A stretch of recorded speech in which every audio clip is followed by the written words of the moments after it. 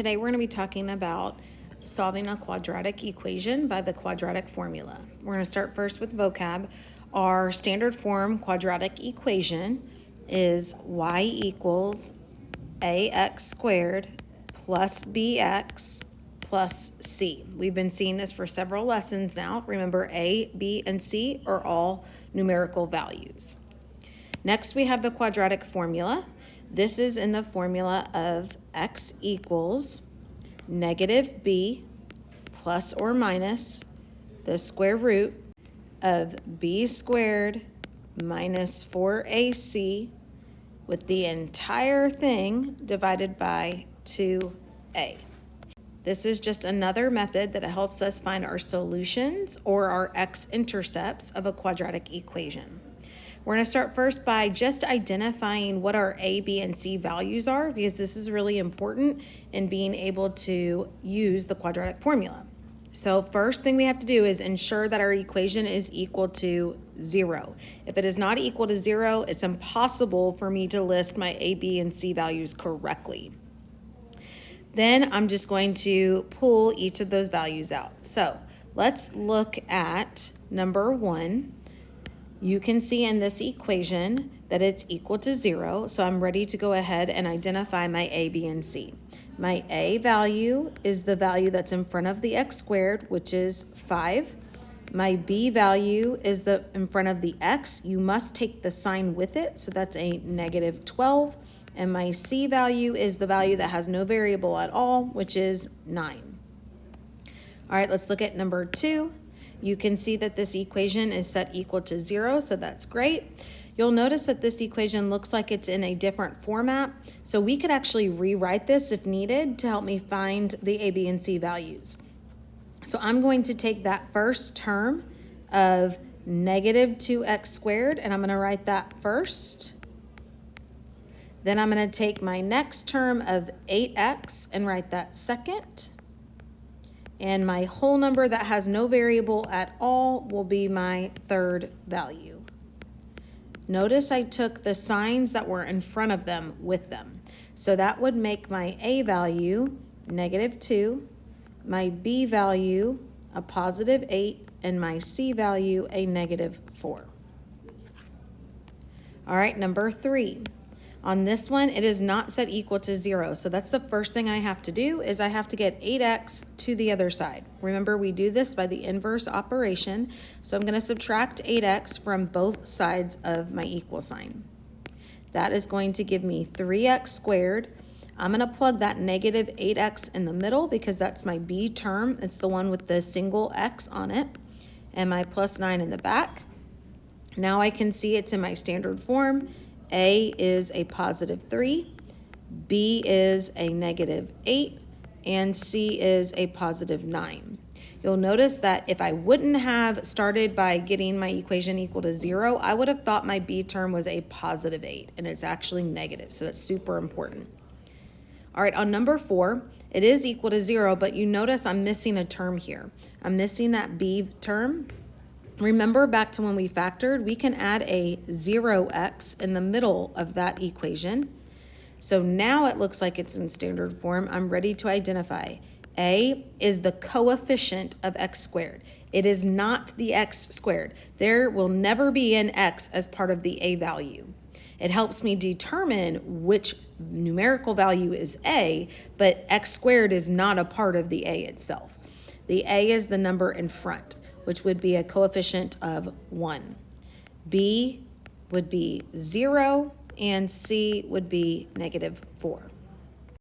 All right, now that we have practiced just identifying A, B, and C, we're going to actually put that together with plugging in my A, B, and C values to my quadratic formula and solving. So I'm going to do those same first steps first. I'm going to make sure it's equal to 0. It is not, so I'm going to subtract 2x to move it to the other side of my equal sign so that my equation will equal 0. The negative 2x is my b term, so I'm sticking that in the middle. That would give me a as a coefficient of 1, b is negative 2, and c is negative 8. All right, next I'm ready to plug this into my quadratic formula. My suggestion is to write out my quadratic formula with my variables, and then I'm going to change my variables to include those values. So right now I just wrote it out exactly as I would see it on a formula chart. Now what we're going to do is I'm going to do what I call erase and replace. So I'm going to erase this b value and I'm going to replace it with the b value of -2. When I plug it in, I do need to put it in parentheses.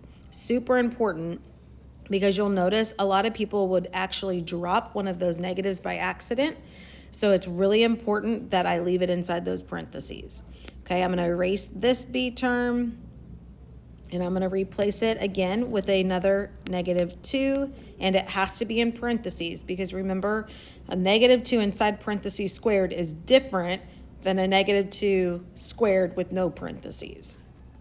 All right, now I'm going to erase my a, and this time I'm plugging in the a value of 1, again inside parentheses, and erase a c value of -8. Then the denominator, erase my a and replace it with an a value of 1. Now I am ready to start solving. So when I do this, I'm going to break my problem into 3 sections. Section number 1 is going to be the part in front of my plus minus sign. So what I'm going to do is I'm going to simplify this -2. Well, we know that 2 negatives will give me a +2. Bring down my plus or minus and bring down my radical. Now, I am just going to do the part that's under the radical. So when I type this in, I will not type that square root sign. I'm only typing what is underneath. So in your calculator, you'll type in parentheses -2, close your parentheses, squared, -4, parentheses 1, close your parentheses, and parentheses -8, close your parentheses.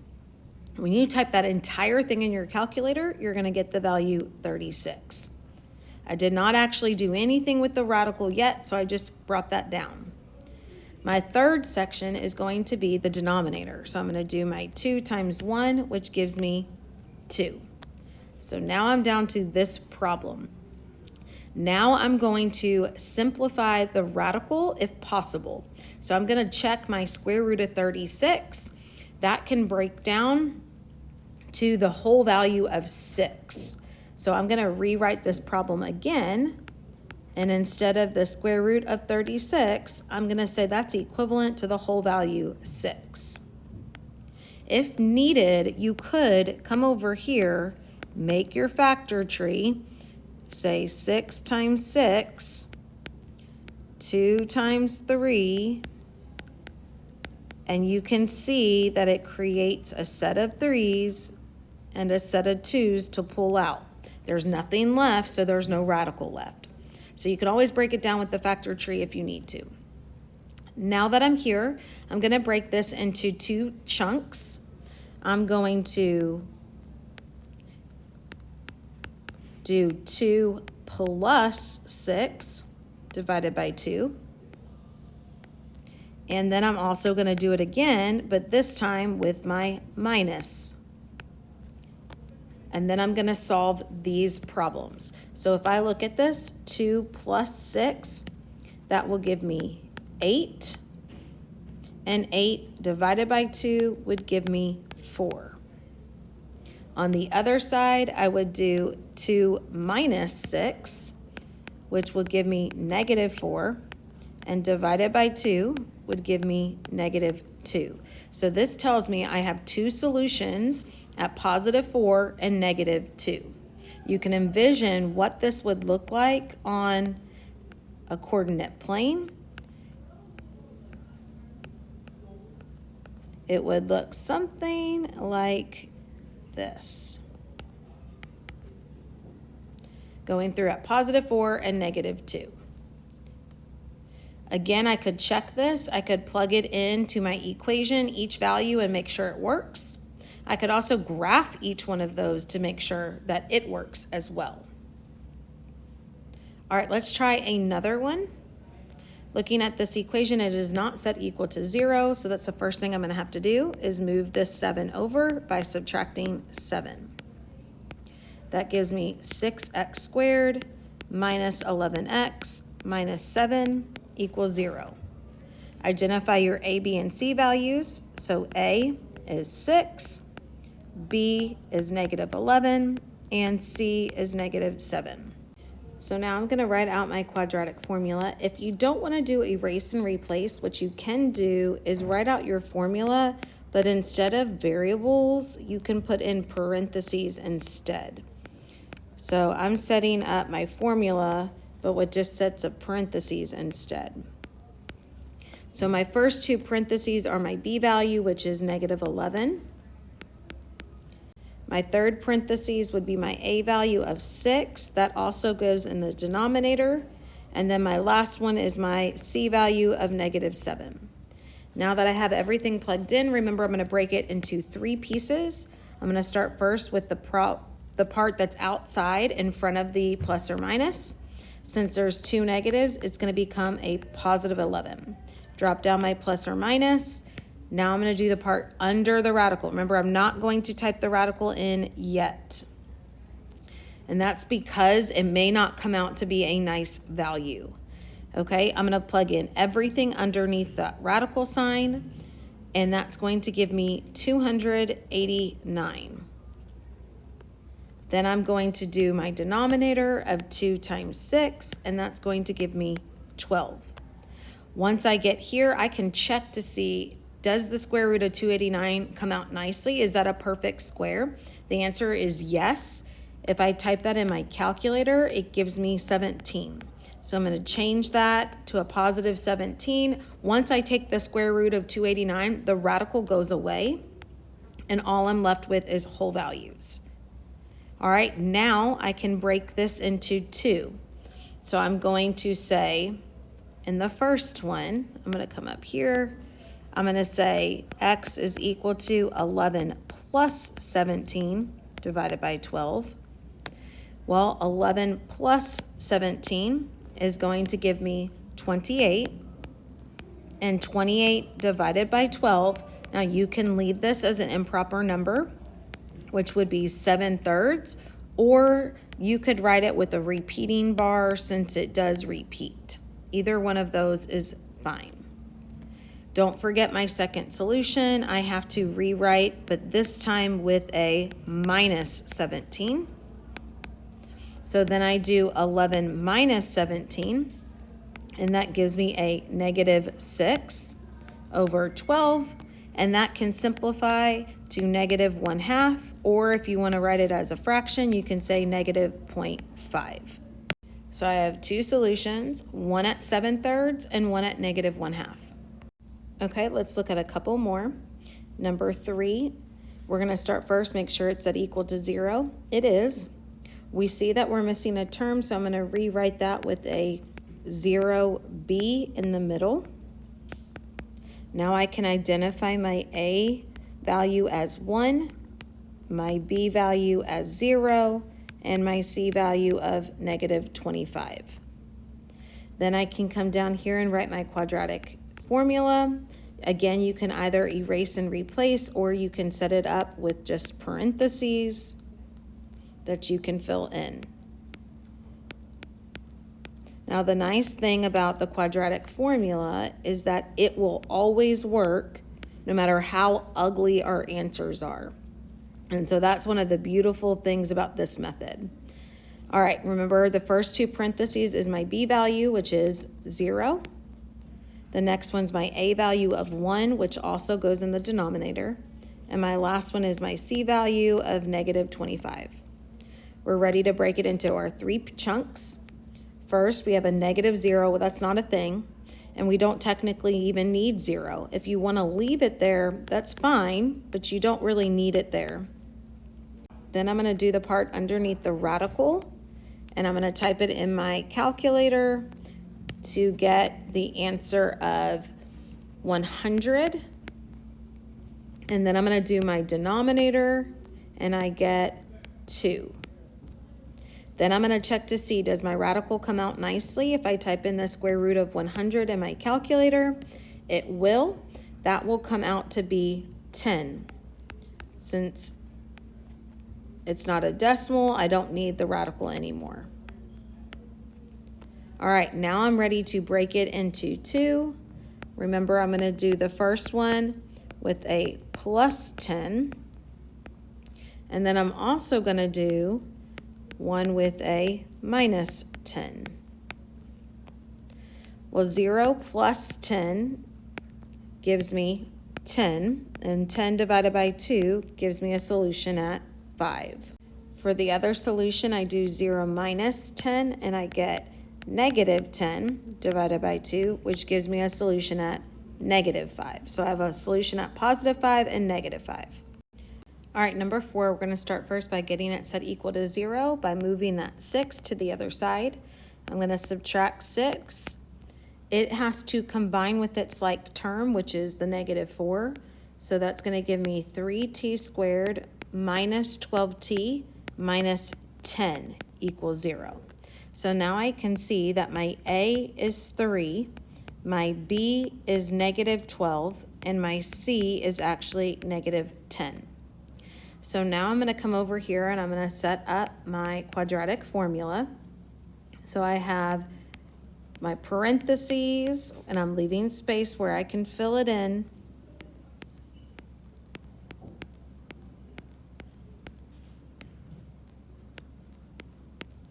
All right, my b value is negative 12. That's the first 2 parentheses.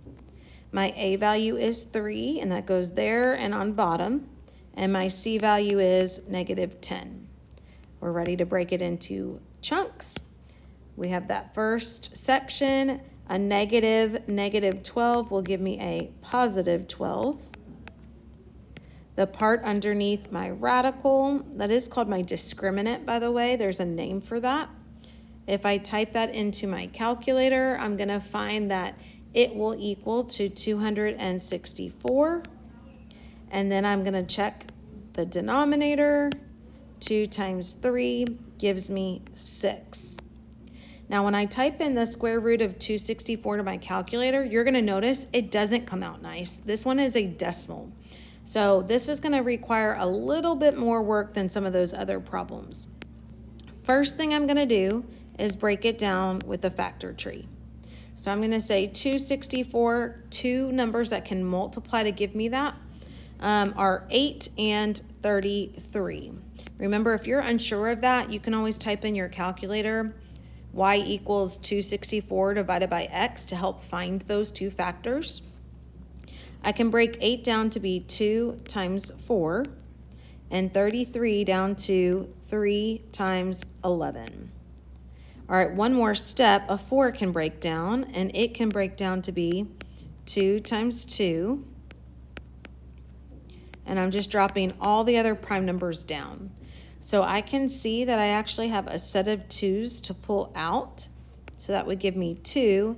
And then I have a 2, 3, and 11 left. And so if I multiply those back together, that would give me 66 left under the radical. So now I'm going to rewrite that problem, replacing the square root of 264 with 2 root 66. So I have x equals 12 plus or minus. Now remember, I broke it down to 2 root 66, 6. All right, once we are here, we're going to look to see, can we simplify the outside values? So that would be 12, 2, and 6. Now, you cannot simplify one of the numbers on top. You would have to simplify both of the numbers on top by the number in the denominator. So in this case, they all are divisible by 2. So I'm going to divide every single one of those by 2. That is going to give me 6 plus or minus 1 square root of 66 over 3. Now, technically, I don't really need my 1. So you could get rid of it. This is our exact answer. If we wanted to find the approximate answer, up to this point, there hasn't been an approximate answer because we've gotten an exact value every time. But if I want to find the approximate value of this, what I would do is split it into 2. So I'm going to do 6 plus the square root of 66 divided by 3. When I plug that in my calculator, I get the value of approximately 4.71.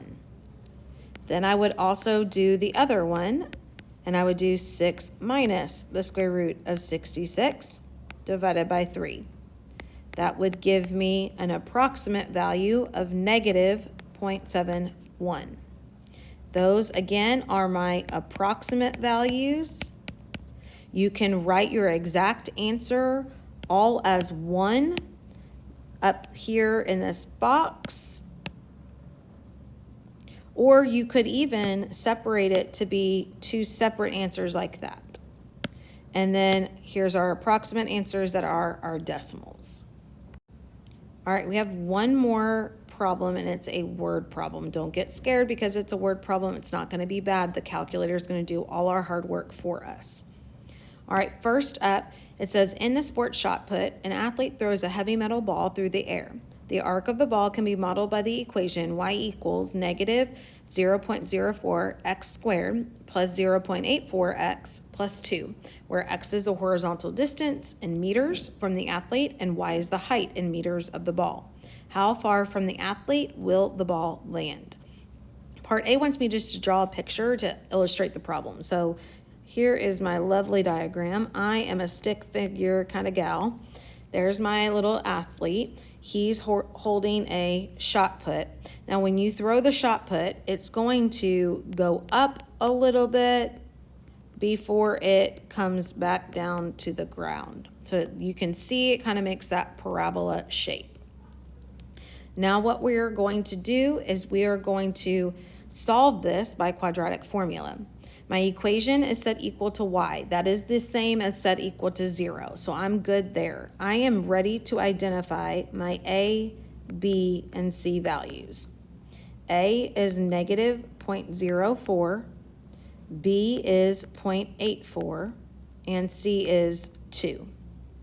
I'm going to set up my quadratic formula, putting parentheses in place of my variables.